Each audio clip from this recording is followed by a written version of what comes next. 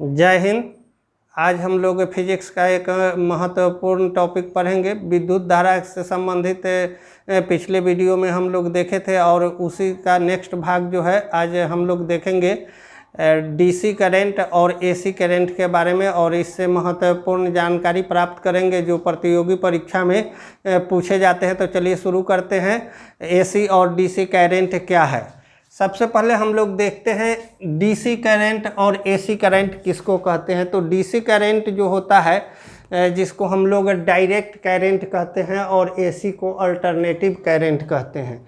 DC current जो होती है उसको हिंदी में दृष्ट धारा कहते हैं और एसी को प्रत्यावर्ती धारा कहते हैं। एसी को प्रत्यावर्ती धारा। तो चलिए इसी से संबंधित हम लोग जानकारी प्राप्त करेंगे जो प्रतियोगी परीक्षा में पूछे जाते हैं।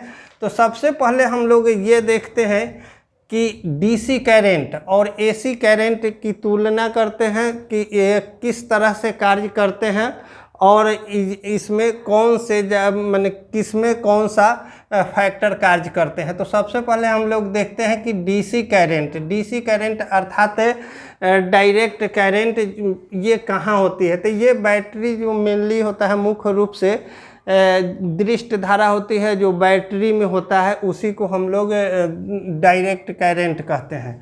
अब एसी करंट को हम लोग क्या करते हैं, अल्टरनेटिव करंट अर्थात प्रत्यावर्ती धारा। डीसी करंट का खोज जो सर्वप्रथम इसके खोज जो करता थे वो थे एडिसन ने यह पता लगाया कि करंट में डीसी करंट भी एक होता है जो क्या जिसको उन्होंने नाम दिया दृष्ट धारा।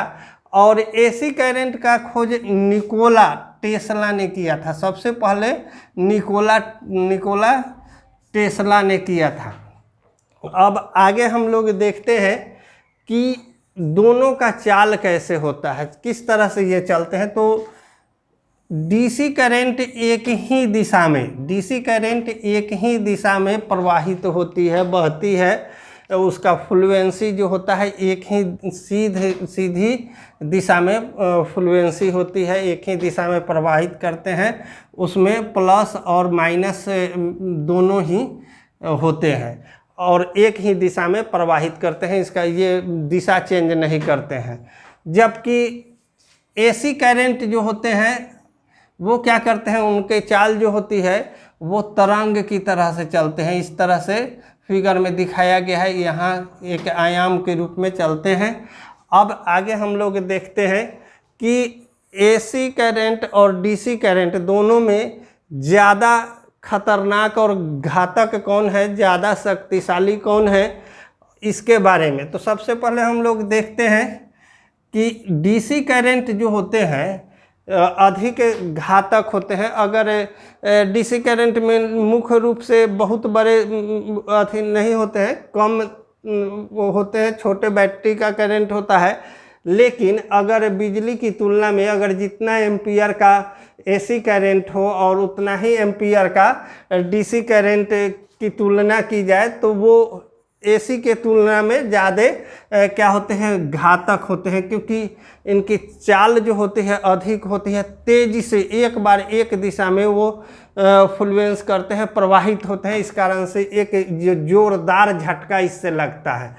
इलेक्ट्रॉन का इसमें बहुत ज़्यादा प्रवाह होता है, क्योंकि वहाँ ऊर्जा जो होती है बैटरी में संचित रहती है, वो एकाएक धक्का लगाती है, तेज़ गति से ये चलते हैं। इसी कारण से अगर बिजली का और बैटरी का दोनों का करंट की तुलना किया जाए, एम्पियर अगर समान हो, तो वैसी स्थिति में क्या हो जाते हैं, बैटरी के करंट डीसी करंट जो होते हैं ज़्यादा घातक हो जाते हैं। घातक ये भी होते हैं, एसी करंट भी घातक होते हैं लेकिन डीसी की तुलना में कम, क्योंकि इनका जो गति होता है इस तरह से ये चलते हैं, तरंग के तरह चलते हैं। इसलिए क्या होता है, घातक कम इसलिए होते हैं क्योंकि इनकी गति तेज होती है, फिर कम होती है, फिर तेज होती है। इस कारण से ये थोड़ा सा कम घातक होते हैं डीसी की तुलना में, क्योंकि उनका जो वेव होता है ऊपर नीचे होते रहता है। अब दूसरा प्रश्न यह उठता है कि डीसी करंट जो होते हैं यह अगर हम किसी तार से या किसी सर्किट में या किसी उपकरण में प्रवाहित करें तो वो कम दूरी, एसी की तुलना में वो क्या करेंगे, डीसी करंट कम दूरी तय करेंगे। जिस तरह से हम लोग देखते हैं, अगर एक छोटा सा बैटरी है, अगर उसमें बहुत बड़ा हम लोग तार जोड़ दें तो उसमें क्या होगा, तार का कॉइल छोटा तार जोड़ेंगे तो वह बल्ब जलेगा, लेकिन बहुत बड़ा तार जोड़ दे तो वह क्या होगा, बल्ब नहीं जल पाएगा, क्योंकि वह दूरी जो होता है कम तय करेंगे अगर कम वोल्टेज का छोटा बैटरी है तो। अब ये डीसी करंट की तुलना में एसी करंट जो होता है वो अधिक दूरी तय करते हैं।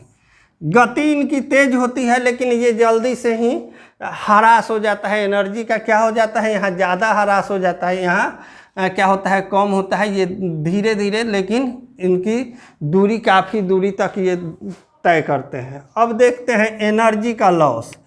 तो ये ज़्यादा एनर्जी लॉस करते हैं, क्योंकि सामान्य तौर पर भी जो ज़्यादा तेज़ चलेंगे या जो तेज़ी से चलेंगे वो एनर्जी का लॉस ज़्यादा करेंगे, और जो स्लो चलेंगे, धीरे चलेंगे, वो क्या करेंगे, एनर्जी का लॉस कम करेंगे। तो डीसी करंट जो होता है उसमें क्या है, दृष्ट धारा में लॉसिंग अधिक होता है। मतलब अगर हम तार को बहुत काफ़ी लंबा कर दें तो वो जल्दी से ही धारा प्रवाहित करेंगे, लेकिन धीरे धीरे क्या होगा कि एनर्जी लॉस वहाँ कर जाएगा, मतलब बैटरी धीरे धीरे कमज़ोर पड़ने लगेगा। यहाँ क्या होती है कि एनर्जी का ये भी लॉस करेंगे, लेकिन डीसी की तुलना में कम करेंगे। अब दूसरा नंबर आगे हम लोग देखते हैं कि स्टोरेज। डीसी करंट को हम लोग स्टोर कर सकते हैं, संग्रह कर सकते हैं बैटरी में, उसको एक इक्विपमेंट में जोड़कर, और उसको क्या करते हैं कि हम लोग उसको स्टोर कर सकते हैं। लेकिन और एसी करंट को हम लोग स्टोर नहीं कर सकते हैं। एसी जो अल्टरनेटिव करंट होते हैं उसको हम लोग स्टोर नहीं कर सकते हैं। इसीलिए देखते हैं हम लोग कि जो ऊर्जा एसी करंट होते हैं, यानी कि जो जहाँ से परमाणु संयंत्र होते हैं वहाँ से बिजली घर से जो बिजली चलती है, अगर वहाँ कट गया वहाँ का कनेक्शन तो सारा जगह कनेक्शन कट जाता है, उसमें संचित ऊर्जा नहीं रहती है। 2 घंटा 4 घंटा या 10 घंटा के लिए उसको, 1 भी मिनट के लिए उसको संग्रह नहीं किया जा सकता है। जबकि हम लोग ये डीसी करंट को क्या कर सकते हैं, स्टोर कर सकते हैं, संग्रह कर सकते हैं टेम्पोररी टाइम के लिए। अब आगे है पावर की बात आती है। तो ये डीसी करंट जो होते हैं पावरफुल होते हैं, काफ़ी शक्तिशाली होते हैं, ताकतवर होते हैं, क्योंकि वो एकाएक संग्रहित ऊर्जा को क्या करते हैं, संचालित करते हैं, जोर से झटका देते हैं। जबकि ये क्या होता है, इनका पावरफुल, ये उसके तुलना में, डीसी करंट की तुलना में क्या होता है, पावरफुल थोड़ा सा कम होते हैं। पावरफुल तो होते ही हैं लेकिन कम होते हैं, क्योंकि ये एक झटका से एक दिशा में ही चलते हैं। जबकि ये एसी करंट क्या होते हैं कि उनका चाल होता है, तो पहले ये चलते हैं, यहाँ थोड़ा सा स्लो हुआ, फिर यहाँ आए, फिर यहाँ, इस तरह से इनके गति में उतार चढ़ाव होता है। इस कारण से क्या होता है, ये कम पावरफुल हो जाते हैं। जबकि डीसी एक सीध में निकल जाते हैं, एक तेज़ी से निकलते हैं, इसलिए वहाँ झटका ज़्यादा होता है, यहाँ पावर इसके अंदर ज़्यादा होती है। अब हम लोग देखते हैं कि ट्रेन जो संचालित होती है, ट्रेन में देखते हैं कि ट्रेन चलता है तो मुख्य रूप से उसमें बिजली का सप्लाई होता है, लेकिन ट्रेन के ऊपर जो स्टेन होता है, जो बिजली के तार में सटता रहता है, वो स्टेन जो होता है मुख्य रूप से क्या होता है, एसी को लेता है।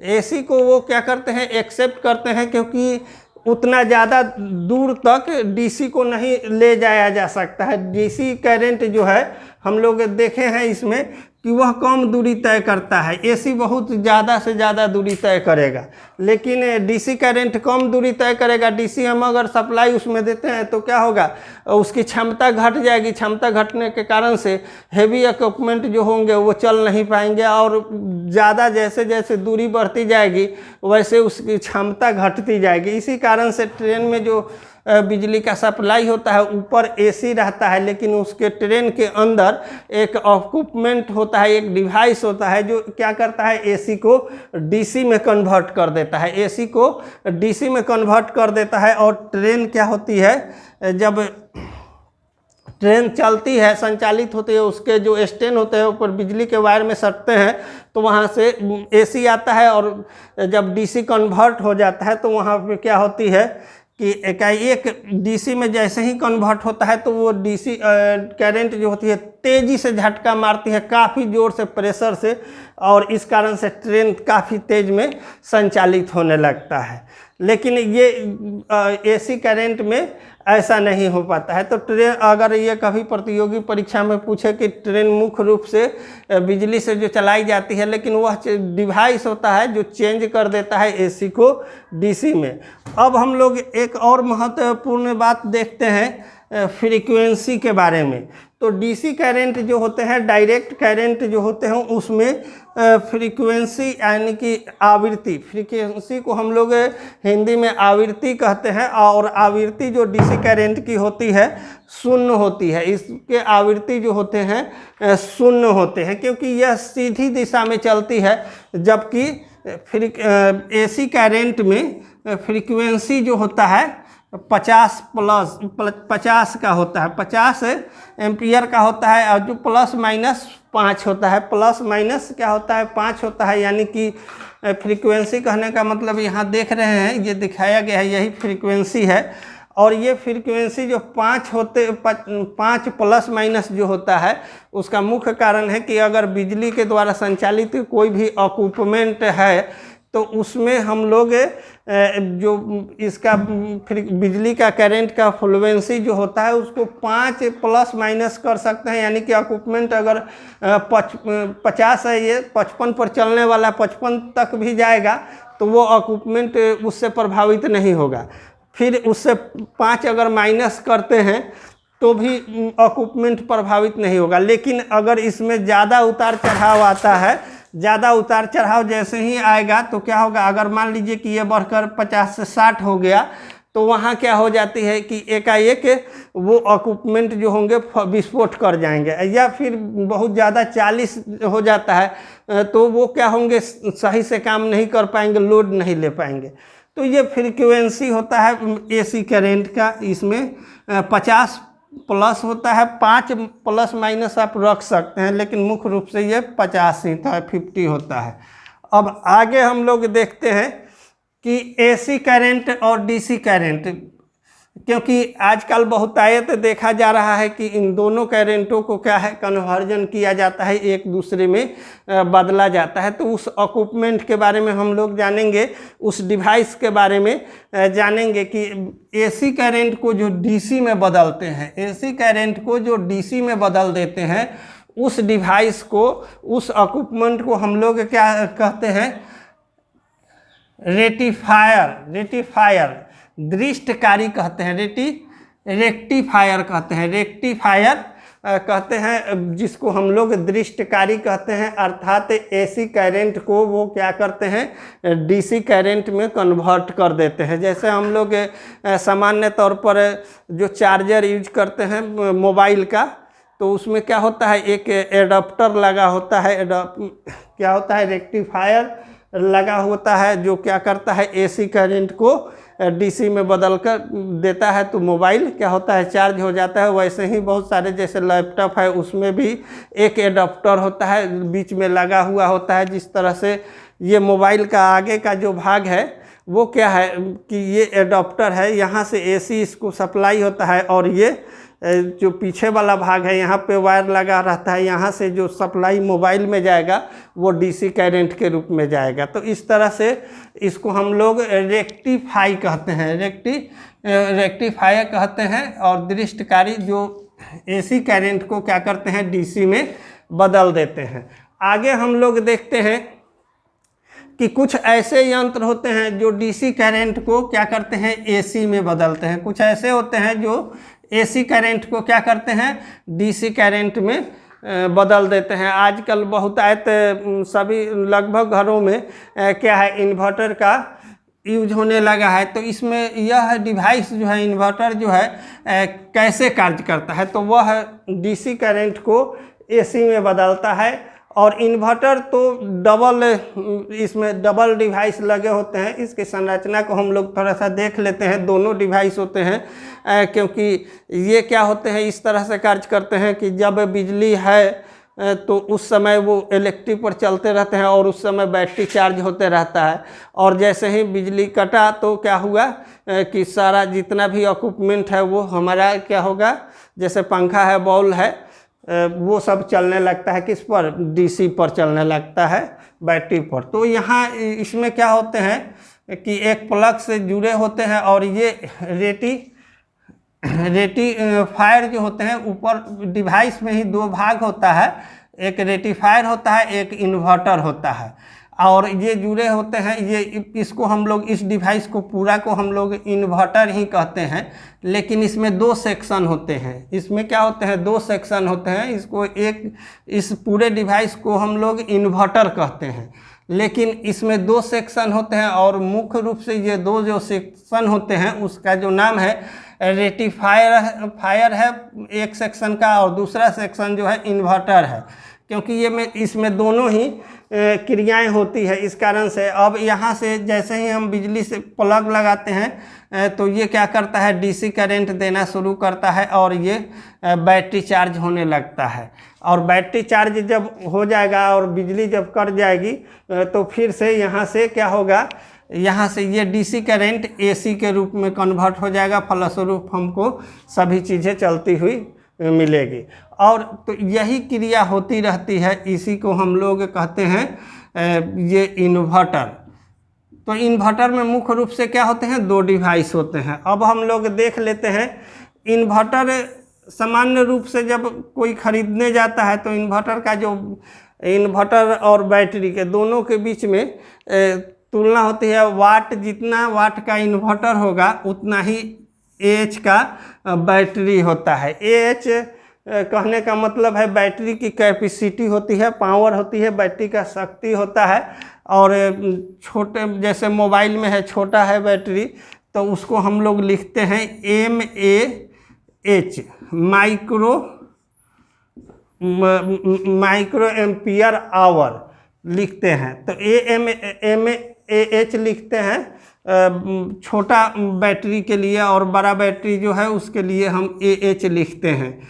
तो इन्वर्टर में मुख्य रूप से जब दुकानदार या जो भी बेच रहा है वो पूछता है कि कितना वाट का इन्वर्टर लेना है, उसी के अनुरूप वो बैटरी भी देते हैं, तभी ये डिवाइस फुल्ली माने जो वर्क करेगा। नहीं तो ज़्यादा पावरफुल अगर बैटरी होगा तो फिर ये इन्वर्टर इसको सही से जो बिजली का एसी को डीसी में कन्वर्जन और डीसी को एसी में जो कन्वर्ट करते हैं वो नहीं कर पाएंगे। और फिर अगर ये ज़्यादा पावरफुल होगा तो भी परेशानी है, अगर ये ज़्यादा पावरफुल होगा तो भी परेशानी है। इसलिए दोनों डिवाइस एक दूसरे के तुलना में समतुल्य होते हैं, ताकि आसानी से अच्छे से ये चार्ज हो सके और बिजली का भी सप्लाई दे सके। तो इसीलिए मुख्य रूप से दुकानदार पूछते हैं कि ये कितने वाट का चाहिए आपको और कितना mAh का बैटरी चाहिए। ये आज हम लोग एसी और डीसी करंट के बारे में जाने, जो विद्युत धारा चैप्टर का था। और नेक्स्ट वीडियो में पढ़ेंगे विद्युत धारा से संबंधित महत्वपूर्ण बातें, ट्रांसफार्मर के बारे में, मोटर वाइंडिंग के बारे में। और नेक्स्ट, तब तक के लिए जय हिंद।